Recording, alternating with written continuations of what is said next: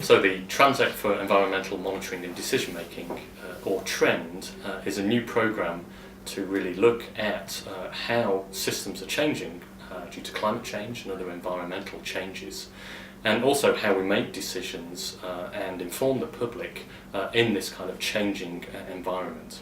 So we all know that climate change has been happening over the last 100 years, 20 years in particular, and also the expected outcomes or impacts of climate change are quite substantial in some areas. But in many systems we have a fundamental lack of information as to how those systems are tracking and changing, and also what the exact outcomes in those systems are going to be. So TREND is really aiming at terrestrial biodiversity systems, terrestrial production systems, so farming systems, and also marine systems, to try to bring together a range of information.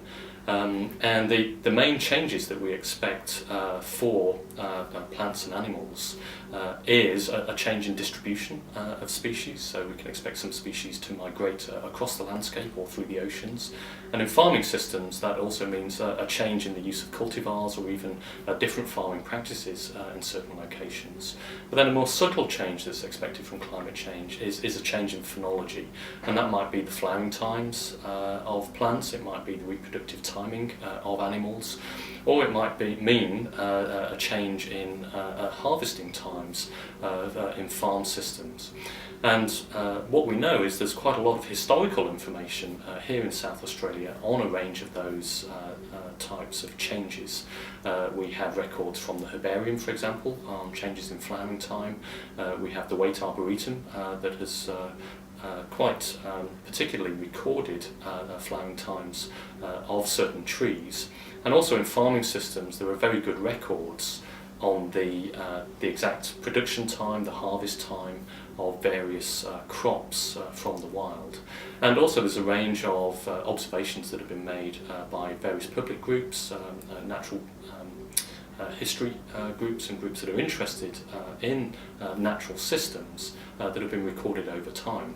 So TREND is really looking at these changes over time, but aiming to integrate 3 or 4 different components. The first one is to look at the historical nature of those changes by going back through old records. The second one is to use space as a proxy for time. So for example, in Adelaide, the climate is much cooler and wetter than, say, Port Augusta. But under extreme climate change predictions, then the climate for Adelaide will be similar to Port Augusta in 80 or 100 years if we don't do anything about climate change. So we can use that kind of spatial surrogate as a temporal measure for the expected impact of climate change. So what different farming systems or what are the natural communities that exist in warmer, drier locations that we might be able to compare to climate change predictions over certain temporal periods. The third area of TREND is to establish monitoring programs in each of those different domains, so in terrestrial biodiversity areas, farming production areas, and also marine systems, to document exactly how those systems are changing now. And then the fourth component is prediction. So how can we use computer modelling and input the data that we collect from the field, from farms, and from the sea into modelling scenarios to actually improve our predictions of what's going to happen. So TREND is really around synthesising that wealth of scientific information that's available for how systems are changing due to climatic changes and environmental changes. But also TREND's about serving up that information for policymakers and managers. So it's no use just collecting the information if it's only going to be published in scientific journals. What really needs to happen is we need to be able to synthesise that information down, make it easy to understand, and then serve it up so it's ready for policy making for government, and also for management recommendations that that NGOs and various other NRM groups can actually act on. So there's a specific component of TREND to synthesise that information and make it ready for management action. And then the final, but perhaps the most important component of TREND is to try and get the public involved, engaged and interested in these climate changes. So we have a specific citizen science component.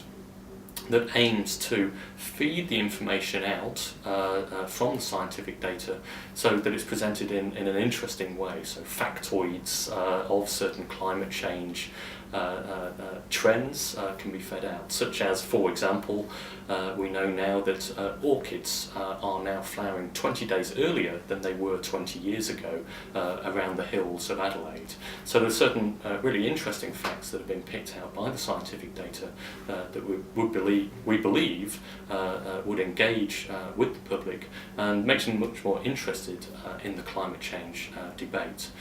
But also an important part of citizen science is for those people that are interested in collecting information, that we then have a portal that can collect the information, can bring that together and allow some kind of analysis to be done on that data, so that for those people that are interested, they can actually contribute to the measurement and observations of natural systems.